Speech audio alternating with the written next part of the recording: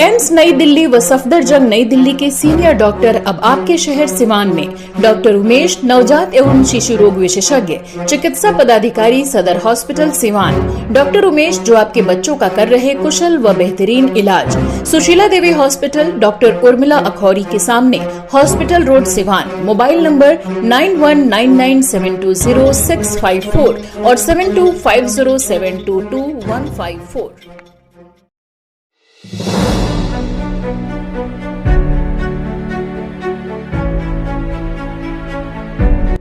भ्रष्टाचार के खिलाफ नगर परिषद का जो धरना है वो चालू है और नगर परिषद के भ्रष्टाचार के खिलाफ आलोक सिंह के समर्थन में उतरे इंतखाब अहमद, उप चेयरमैन किरण गुप्ता, जयप्रकाश गुप्ता सहित चंदन चौरसिया, कई लोग अब समर्थन में उतर गए हैं और धरना प्रदर्शन जारी है। इन लोगों ने पूरे नगर परिषद का जो खेल है, जो कमीशन का खेल है, वो पूरी कहानी खोल कर रख दी। कैसे होता है नगर परिषद में भ्रष्टाचार का खेल, कैसे लिया जाता है पूरा कमीशन, पूरी कहानी आप इस न्यूज़ में देखेंगे।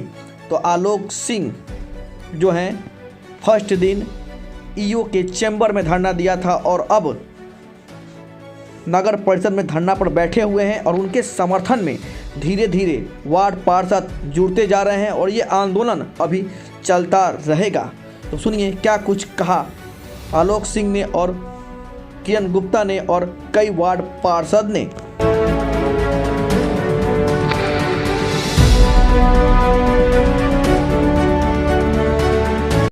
आप बैठे हैं, क्या भ्रष्टाचार? यो साहब पूरा नगर परिषद में ना कूट कूट के भ्रष्टाचार भर दिए हैं। हर टेबल पर कमीशन ले रहे हैं, उसी के खिलाफ हम लोग बैठे हुए हैं लोग, और उस पर आवाज उठा रहे हैं तो हम लोग को धमकी मिल रहा है। धमकी मिला? ऐसा तो नहीं कि आपके दुकान पे नोटिस निकाले इसलिए आप लोग बैठ गए? नहीं, इसके पहले हम लोग परसों डीएम साहब के मिले हैं लोग, जा करके इनके बारे में बोले हैं लोग, तो उसके चलते क्या डीएम साहब से बोले? हम लोग बोले हैं लोग कि कमीशन लेते हैं, हम लोग को धमकी देते हैं, ये करिए, इस पर साइन कीजिए। कितना प्रतिशत कमीशन लेते हैं बताइए? 12 से 15% कमीशन लेते हैं। क्या आवेदन दिया बताइए? हम लोग मंत्री को ले जाकर हम लोग डीएम साहब से मिले, उनका कहना है कि जो कर रहे हैं हम सही है, उसमें मेरा साथ दीजिए, अगर खिलाफ जाइएगा तो हम आप लोग को बर्बाद कर देंगे। ईओ साहब तानाशाही कर रहे हैं जी, बहुत ज्यादा। तो अब आप लोग क्या चाहते हैं? आप लोग धरने पे बैठ रहे हैं, कल आलोक जी बैठे हुए, आज फिर आप बैठेंगे? अब धरना पर बैठे हैं लोग, जब तक इसका कोई सोल्यूशन नहीं निकलेगा हम लोग ऐसे ही बैठे रहेंगे लोग। अच्छा, नगर परिषद के कर्मचारी भी घूस मांग रहे हैं? तो उन्हीं के चलते ना मांग रहे हैं, उन्हीं के चलते जो भी घूस हो रहा है तो वही ना है मेन, नगर परिषद में वही ना है, सब टेबल पर से पैसा वसूल रहे हैं, ले रहे हैं। सरकार है, इसमें हम लोग तो जो अधिकार कर्तव्य है लोकतंत्र में, धरना प्रदर्शन करना शांतिपूर्वक हम लोग कर रहे हैं धरना प्रदर्शन। अब सरकार गूंगी बहरी है तो इसमें क्या कर सकता है कोई? मान लीजिए बार बार चिट्ठी लिख के अवगत कराया जाता है, मिला जाता है, विभाग को लिखा जाता है, मुख्यमंत्री के पास चिट्ठी भेजा जाता है, कोई एक्शन इनके खिलाफ नहीं ले रहा है विभाग या सरकार। तो हम लोग का जो काम है, कर्तव्य है लोकतंत्र में, भ्रष्टाचार के खिलाफ, बुराई के खिलाफ उठकर आवाज उठाना, हम लोग अपना फर्ज निभा रहे हैं। सरकार सुनेगी, कब सुनेगी नहीं सुनेगी, लेकिन मेरा धरना जारी रहेगा। तो खिलाफ, भ्रष्टाचार के खिलाफ बहुत लोगों में पहले से ही आक्रोश था। आप किसी भी पार्षद से या नेता से या आम जनता से पूछ लीजिएगा कि आपका रसीद कटता है 2000 रुपया का और पैसा लिया जाता है 5000 रुपया, 8000 रुपया होल्डिंग के नाम पे, तो इससे तो आम जनता भी त्रस्त है। अब उसका भी कारण हम आपको बता रहे हैं। देखिए, बार बार हमको आश्वासन मिला है ईओ साहब के द्वारा कि नहीं, इसको हम बैठ के सॉर्ट आउट करते हैं, और उनका जो रवैया है कि इधर सुनते हैं उधर भूल जाते हैं, तो हमको लगा कि नहीं, अब जो है कि ये बर्दाश्त के बाहर है। उनका फोन किए थे ईओ साहब आपको? आप किए थे उनको? नहीं, मैं क्यों फोन करूंगा उनको? कौन कर्मचारी आपसे पैसा मांगा? अक्षत रोशन वो आदमी अभी यहाँ खड़ा है जिनसे पैसा मांगा गया है, जिनका नक्शा पास कराना है। हमारे शंकर तिवारी जी हैं, यही खुल के बात आपको बता देंगे। वो तो अभी भी काम कर रहा है, कोई इस पर प्रभाव ही नहीं है। नहीं है तो मतलब कि हम जैसे तो वार्ड- 17 साल की उम्र में उसको नौकरी हो गई, अनुकंपा की नौकरी है। दो अनुकंपा कैसे मिल गया एक आदमी के मृत्यु के बाद, ये जांच जांच का विषय है।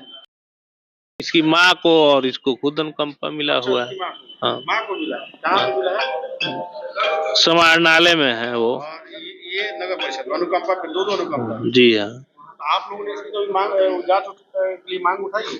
हाँ हाँ, कभी कभार तो सारा पार्षद लोग किसी न किसी समय उठाया ही है। हमको बाद में पता चला है तो फिर हम कल बोले हैं।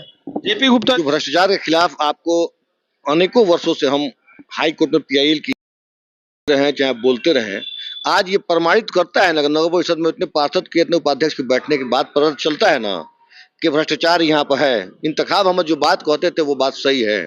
बैठे वहां पर तो नैतिक समर्थन देने के लिए, जब पार्षद की बात है नैतिक समर्थन के, हम लोग साथ आ गए।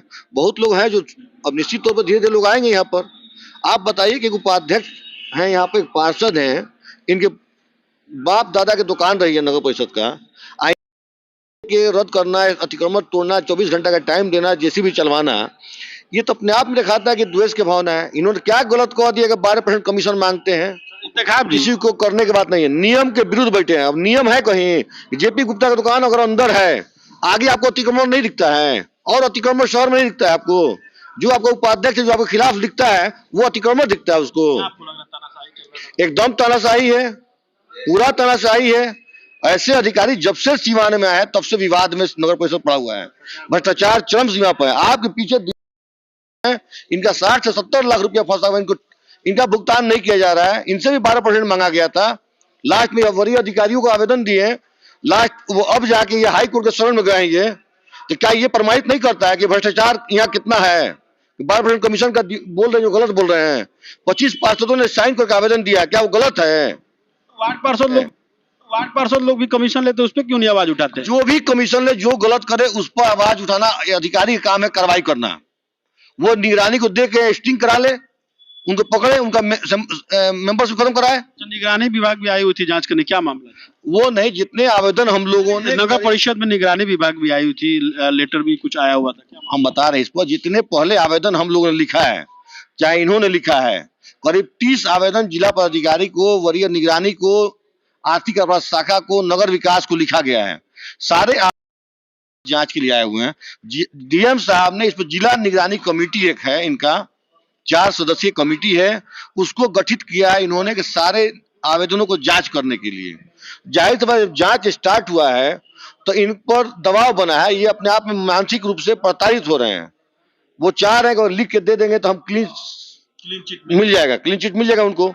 लेकिन मान ले जो आदमी लिख दिया भ्रष्टाचार के खिलाफ, वो कैसे लिख के देगा? हमारे फोन भुगतान नहीं करना, अभी आवाज उठा दी तो गलत हो गया।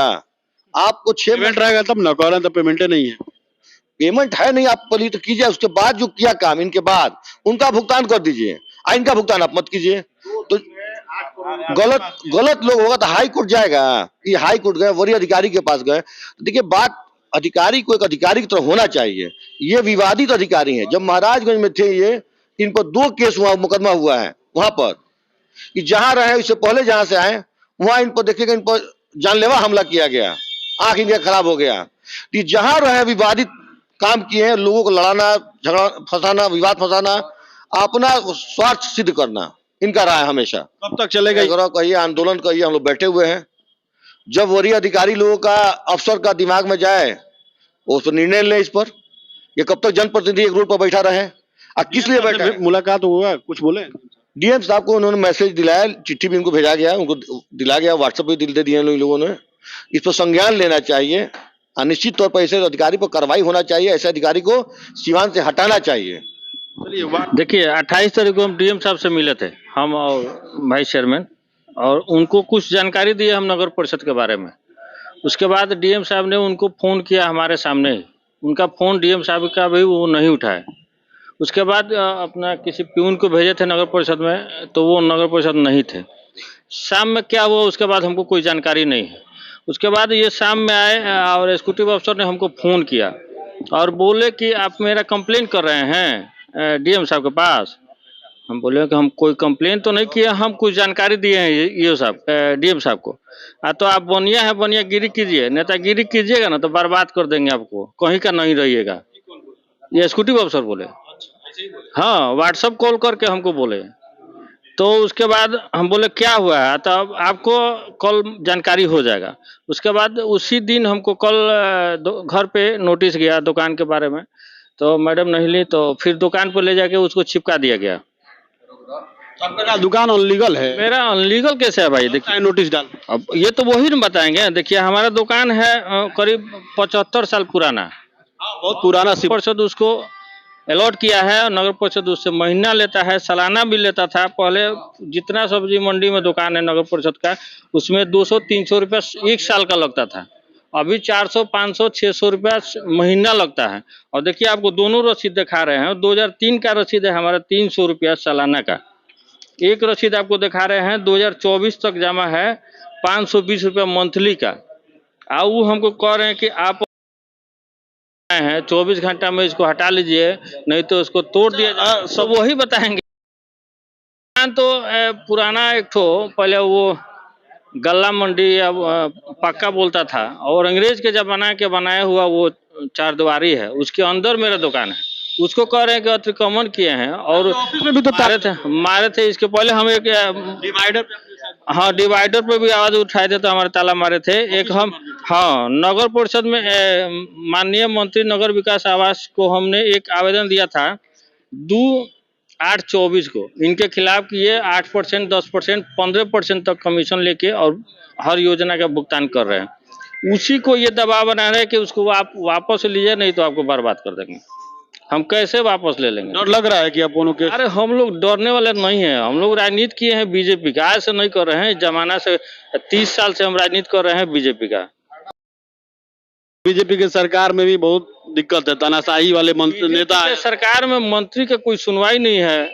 यहाँ पे केवल जदयू का सरकार चल रहा है। बीजेपी झूठ मूठ का पिछलग्गू बना हुआ है, बर्बाद कर दिया है सारे कार्यकर्ता लोगों को। चलिए 3 बजे तक चलेगा डेली। डीएम साहब का सूचना दी है? हम 28 को भी दिए हैं, आज भी उनको रिसीव करवा दिए हैं। फोन पे सूचना दी है कि धरना पे बैठे? उनको व्हाट्सएप भी कर दिए हैं। और ये अभी तो कुछ नहीं आया है, इसका हम मैसेज भी उनको रिसीव करा दिए उनके ऑफिस में। एसपी साहब को भी करा दिए हैं, प्रधान सचिव को भेज रहे हैं और उनको व्हाट्सएप भी कर दिए हैं डीएम साहब। चलिए कुछ और